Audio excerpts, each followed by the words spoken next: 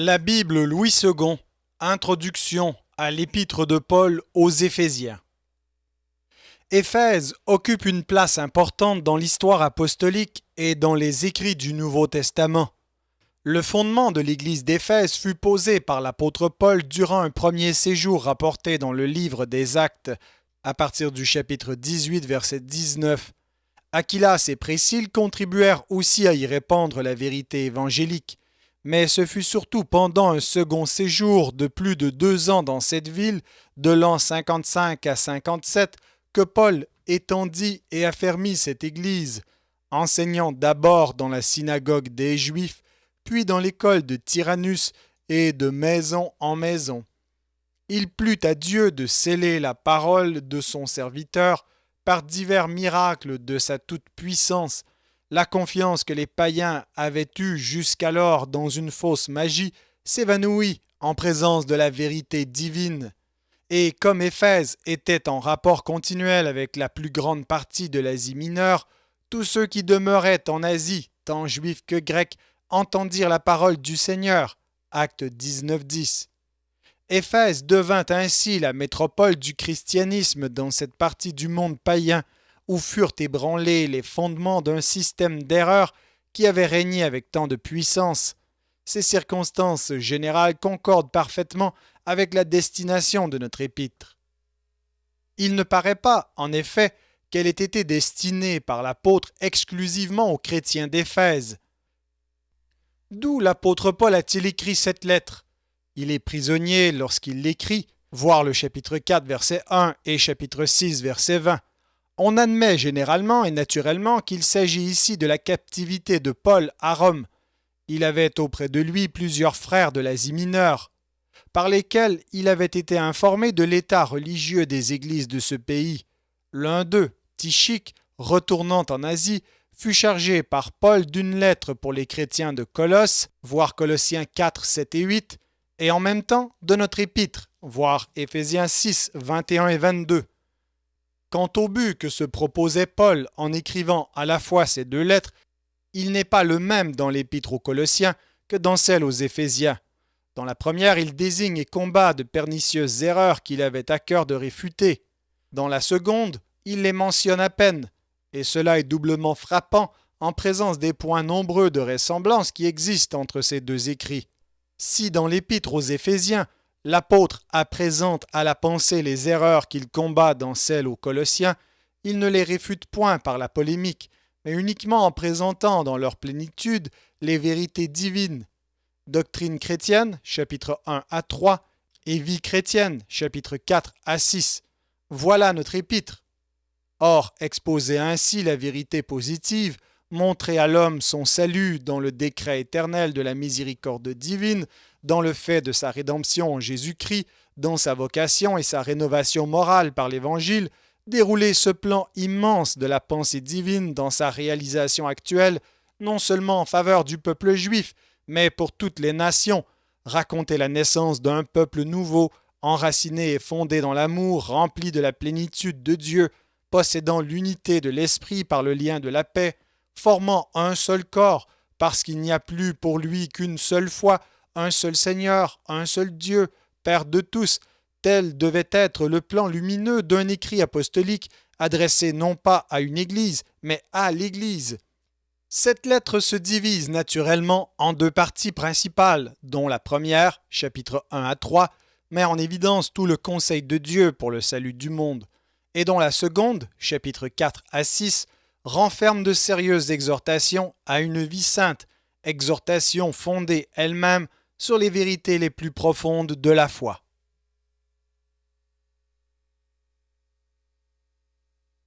Épître de Paul aux Éphésiens, chapitre 1. Paul, apôtre de Jésus-Christ, par la volonté de Dieu, aux saints qui sont à Éphèse et aux fidèles en Jésus-Christ, que la grâce et la paix vous soient données de la part de Dieu notre Père et du Seigneur Jésus-Christ. Béni soit Dieu, le Père de notre Seigneur Jésus-Christ, qui nous a bénis de toutes sortes de bénédictions spirituelles dans les lieux célestes en Christ. En lui, Dieu nous a élus avant la fondation du monde pour que nous soyons saints et irrépréhensibles devant lui, nous ayant prédestinés dans son amour à être ses enfants d'adoption par Jésus-Christ, selon le bon plaisir de sa volonté, à la louange de la gloire de sa grâce, qu'il nous a accordée en son bien-aimé. En lui nous avons la rédemption par son sang, la rémission des péchés selon la richesse de sa grâce, que Dieu a répandue abondamment sur nous par toute espèce de sagesse et d'intelligence, nous faisant connaître le mystère de sa volonté, selon le bienveillant dessein qu'il avait formé en lui-même, pour le mettre à exécution, lorsque les temps seraient accomplis de réunir toutes choses en Christ, celles qui sont dans les cieux et celles qui sont sur la terre. En lui nous sommes aussi devenus héritiers, ayant été prédestinés suivant la résolution de celui qui opère toutes choses d'après le conseil de sa volonté, afin que nous servions à la louange de sa gloire, nous qui d'avance avons espéré en Christ. En lui, vous aussi, après avoir entendu la parole de la vérité, l'évangile de votre salut, en lui vous avez cru, et vous avez été scellés du Saint-Esprit qui avait été promis, lequel est un gage de notre héritage pour la rédemption de ceux que Dieu s'est acquis à la louange de sa gloire. C'est pourquoi moi aussi, ayant entendu parler de votre foi au Seigneur Jésus et de votre charité pour tous les saints, je ne cesse de rendre grâce pour vous, faisant mention de vous dans mes prières, afin que le Dieu de notre Seigneur Jésus-Christ, le Père de gloire, vous donne un esprit de sagesse et de révélation dans sa connaissance, et qu'il illumine les yeux de votre cœur, pour que vous sachiez quelle est l'espérance qui s'attache à son appel, quelle est la richesse de la gloire de son héritage qu'il réserve aux saints, et quelle est envers nous qui croyons l'infinie grandeur de sa puissance, se manifestant avec efficacité par la vertu de sa force.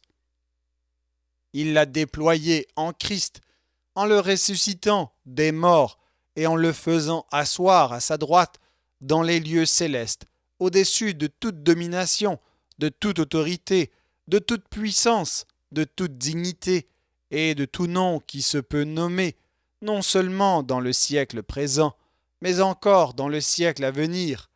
Il a tout mis sous ses pieds, et il a donné pour chef suprême à l'Église, qui est son corps, la plénitude de celui qui remplit tout en tous.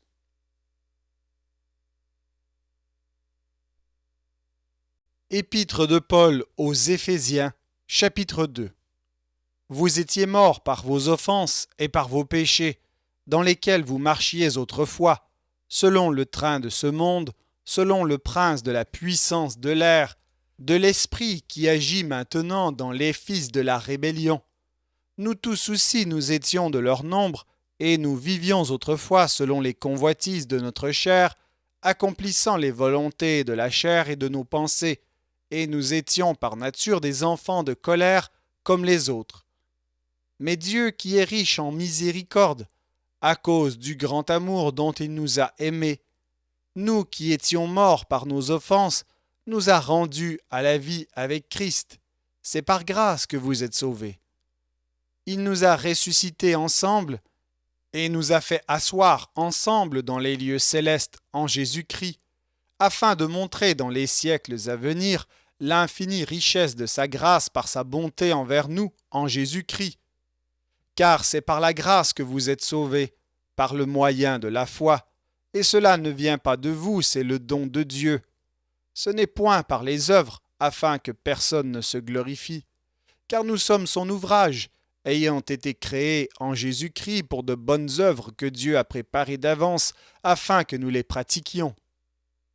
C'est pourquoi, vous autrefois païens dans la chair, appelés incirconcis par ceux qu'on appelle circoncis, et qui le sont en la chair par la main de l'homme, souvenez-vous que vous étiez en ce temps-là sans Christ, privés du droit de cité en Israël, étrangers aux alliances de la promesse, sans espérance et sans Dieu dans le monde. Mais maintenant, en Jésus-Christ, vous qui étiez jadis éloignés, vous avez été rapprochés par le sang de Christ, car il est notre paix, lui qui des deux n'en a fait qu'un, et qui a renversé le mur de séparation, l'inimitié, ayant anéanti par sa chair la loi des ordonnances dans ses prescriptions, afin de créer en lui-même avec les deux un seul homme nouveau, en établissant la paix, et de les réconcilier l'un et l'autre en un seul corps avec Dieu par la croix, en détruisant par elle l'inimitié. Il est venu annoncer la paix à vous qui étiez loin, et la paix à ceux qui étaient près, car par lui nous avons les uns et les autres accès auprès du Père dans un même esprit. Ainsi donc, vous n'êtes plus des étrangers, ni des gens du dehors, mais vous êtes concitoyens des saints, gens de la maison de Dieu. Vous avez été édifiés sur le fondement des apôtres et des prophètes, Jésus-Christ lui-même étant la pierre angulaire. En lui, tout l'édifice bien coordonné s'élève pour être un temple saint dans le Seigneur. En lui, vous êtes aussi édifiés pour être une habitation de Dieu en esprit.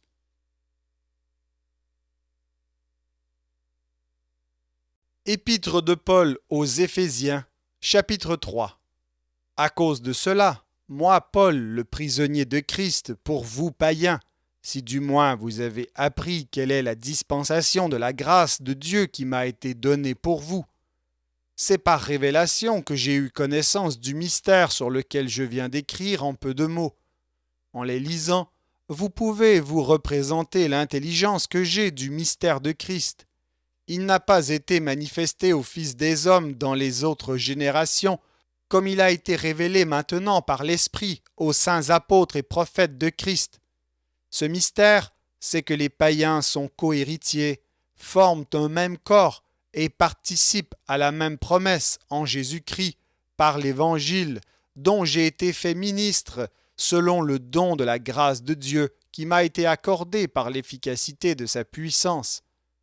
À moi, qui suis le moindre de tous les saints, cette grâce a été accordée d'annoncer aux païens les richesses incompréhensibles de Christ et de mettre en lumière quelle est la dispensation du mystère caché de tout temps en Dieu qui a créé toutes choses, afin que les dominations et les autorités dans les lieux célestes connaissent aujourd'hui par l'Église la sagesse infiniment variée de Dieu, selon le dessein éternel qu'il a mis à exécution par Jésus-Christ notre Seigneur, en qui nous avons, par la foi en lui, la liberté de nous approcher de Dieu avec confiance. Aussi je vous demande de ne pas perdre courage à cause de mes tribulations pour vous. Elles sont votre gloire.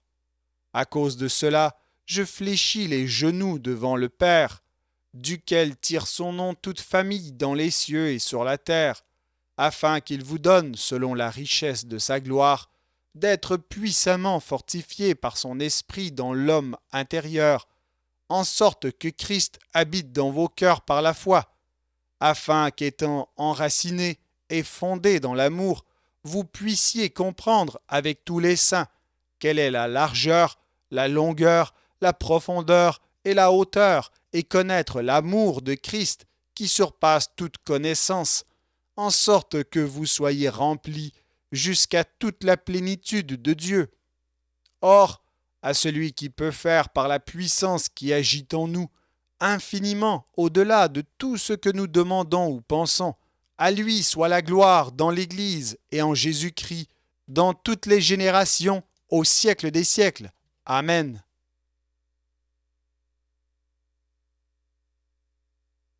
Épître de Paul aux Éphésiens, chapitre 4.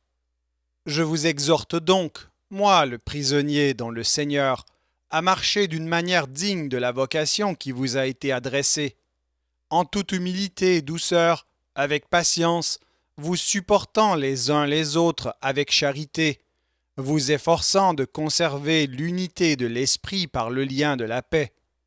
Il y a un seul corps et un seul esprit, comme aussi vous avez été appelés à une seule espérance par votre vocation. Il y a un seul Seigneur, une seule foi, un seul baptême, un seul Dieu et Père de tous, qui est au-dessus de tous et parmi tous et en tous. Mais à chacun de nous, la grâce a été donnée selon la mesure du don de Christ. C'est pourquoi il est dit, étant monté en haut, il a emmené des captifs et il a fait des dons aux hommes. Or, que signifie il est monté, sinon qu'il est aussi descendu dans les régions inférieures de la terre? Celui qui est descendu, c'est le même qui est monté au-dessus de tous les cieux, afin de remplir toutes choses. Et il a donné les uns comme apôtres, les autres comme prophètes, les autres comme évangélistes, les autres comme pasteurs et docteurs, pour le perfectionnement des saints, en vue de l'œuvre du ministère et de l'édification du corps de Christ, jusqu'à ce que nous soyons tous parvenus à l'unité de la foi et de la connaissance du Fils de Dieu, à l'état d'homme fait, à la mesure de la stature parfaite de Christ, afin que nous ne soyons plus des enfants flottants et emportés à tout vent de doctrine, par la tromperie des hommes, par leur ruse, dans les moyens de séduction, mais que, professant la vérité dans la charité, nous croissions à tous égards en celui qui est le chef, Christ.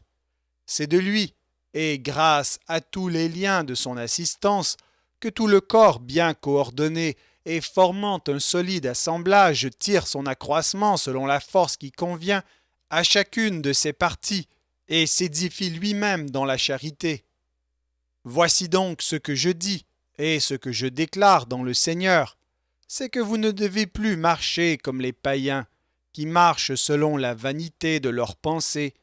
Ils ont l'intelligence obscurcie, ils sont étrangers à la vie de Dieu, à cause de l'ignorance qui est en eux, à cause de l'endurcissement de leur cœur.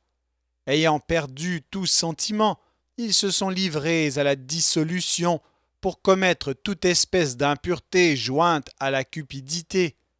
Mais vous, ce n'est pas ainsi que vous avez appris Christ, si du moins vous l'avez entendu, et si, conformément à la vérité qui est en Jésus, c'est en lui que vous avez été instruits à vous dépouiller, eu égard à votre vie passée, du vieil homme qui se corrompt par les convoitises trompeuses, à être renouvelé dans l'esprit de votre intelligence et à revêtir l'homme nouveau, créé selon Dieu, dans une justice et une sainteté que produit la vérité. C'est pourquoi renoncez au mensonge, et que chacun de vous parle selon la vérité à son prochain, car nous sommes membres les uns des autres. Si vous vous mettez en colère, ne péchez point, que le soleil ne se couche pas sur votre colère, et ne donnez pas accès au diable, que celui qui dérobait ne dérobe plus, mais plutôt qu'il travaille, en faisant de ses mains ce qui est bien, pour avoir de quoi donner à celui qui est dans le besoin. Qu'il ne sorte de votre bouche aucune parole mauvaise, mais s'il y a lieu quelques bonnes paroles qui servent à l'édification et communiquent une grâce à ceux qui l'entendent. N'attristez pas le Saint-Esprit de Dieu par lequel vous avez été scellés pour le jour de la rédemption. Que toute amertume, toute animosité, toute colère, toute clameur, toute calomnie et toute espèce de méchanceté disparaissent du milieu de vous.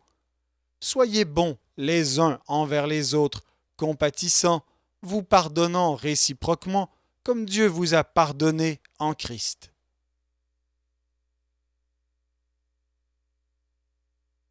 Épître de Paul aux Éphésiens, chapitre 5.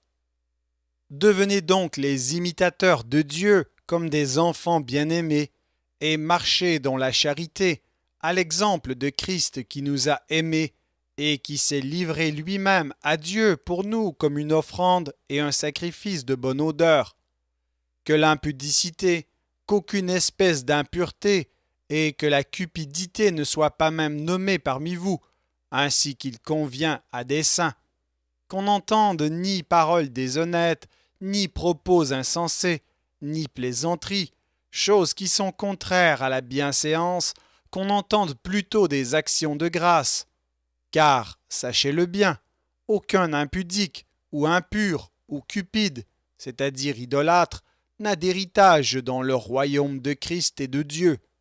Que personne ne vous séduise par de vains discours, car c'est à cause de ces choses que la colère de Dieu vient sur les fils de la rébellion.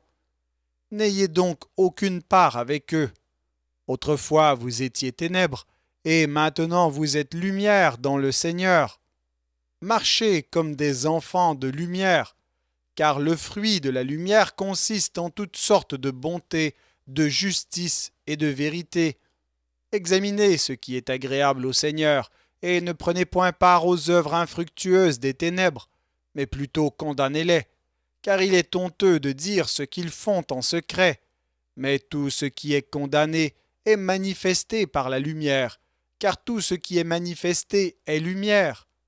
C'est pour cela qu'il est dit « Réveille-toi, toi qui dors, relève-toi d'entre les morts, et Christ t'éclairera. » Prenez donc garde de vous conduire avec circonspection, non comme des insensés, mais comme des sages.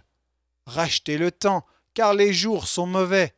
C'est pourquoi ne soyez pas inconsidérés, mais comprenez quelle est la volonté du Seigneur. Ne vous enivrez pas de vin, c'est de la débauche. Soyez au contraire remplis de l'esprit. Entretenez-vous par des psaumes, par des hymnes et par des cantiques spirituels, chantant et célébrant de tout votre cœur les louanges du Seigneur. Rendez continuellement grâce pour toutes choses à Dieu le Père, au nom de notre Seigneur Jésus-Christ. Vous soumettant les uns aux autres dans la crainte de Christ, femmes, soyez soumises à vos maris, comme au Seigneur, car le mari est le chef de la femme, comme Christ est le chef de l'Église qui est son corps et dont il est le Sauveur. Or, de même que l'Église est soumise à Christ, les femmes aussi doivent l'être à leur mari en toutes choses. Marie, aimez vos femmes, comme Christ a aimé l'Église et s'est livré lui-même pour elle, afin de la sanctifier par la parole, après l'avoir purifiée par le baptême d'eau, afin de faire paraître devant lui cette Église glorieuse, sans tache, ni ride, ni rien de semblable, mais sainte et irrépréhensible. C'est ainsi que les maris doivent aimer leurs femmes comme leur propre corps. Celui qui aime sa femme s'aime lui-même, car jamais personne n'a haï sa propre chair, mais il la nourrit et en prend soin, comme Christ le fait pour l'Église, parce que nous sommes membres de son corps. C'est pourquoi l'homme quittera son père et sa mère et s'attachera à sa femme, et les deux deviendront une seule chair. Ce mystère est grand. Je dis cela par rapport à Christ et à l'Église. Du reste, que chacun de vous aime sa femme comme lui-même, et que la femme respecte son mari.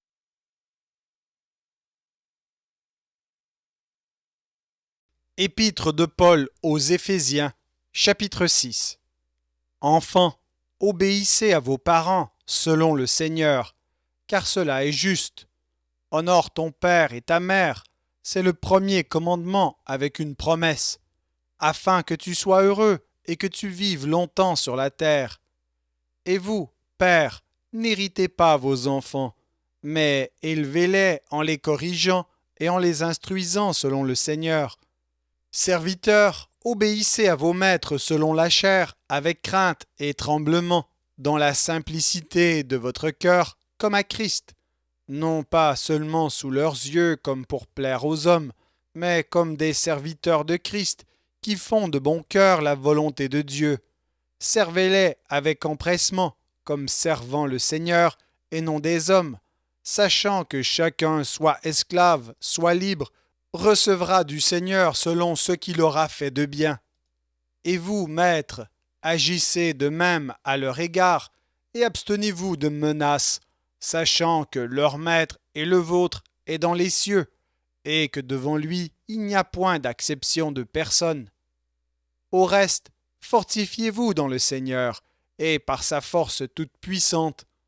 Revêtez-vous de toutes les armes de Dieu, afin de pouvoir tenir ferme contre les ruses du diable, car nous n'avons pas à lutter contre la chair et le sang, mais contre les dominations, contre les autorités, contre les princes de ce monde de ténèbres, contre les esprits méchants dans les lieux célestes. C'est pourquoi prenez toutes les armes de Dieu, afin de pouvoir résister dans le mauvais jour et tenir ferme après avoir tout surmonté. Tenez donc ferme, ayez à vos reins la vérité pour ceinture, revêtez la cuirasse de la justice, mettez pour chaussure à vos pieds le zèle que donne l'évangile de paix. Prenez par-dessus tout cela le bouclier de la foi, avec lequel vous pourrez éteindre tous les traits enflammés du malin. Prenez aussi le casque du salut et l'épée de l'esprit, qui est la parole de Dieu. Faites en tout temps par l'esprit toutes sortes de prières et de supplications. Veillez à cela avec une entière persévérance et priez pour tous les saints. Priez pour moi, afin qu'il me soit donné, quand j'ouvre la bouche, de faire connaître hardiment et librement le mystère de l'Évangile, pour lequel je suis ambassadeur dans les chaînes, et que j'en parle avec assurance comme je dois en parler. Afin que vous aussi vous sachiez ce qui me concerne, ce que je fais, Tychik, le bien-aimé frère et fidèle ministre dans le Seigneur, vous informera de tout. Je l'envoie exprès vers vous pour que vous connaissiez notre situation et pour qu'il console vos cœurs. Que la paix et la charité avec la foi soient données aux frères de la part de Dieu le Père et du Seigneur Jésus-Christ. Que la grâce soit avec tous ceux qui aiment notre Seigneur Jésus-Christ d'un amour inaltérable. Merci d'avoir écouté cet enregistrement de la Bible. N'hésitez pas à le partager.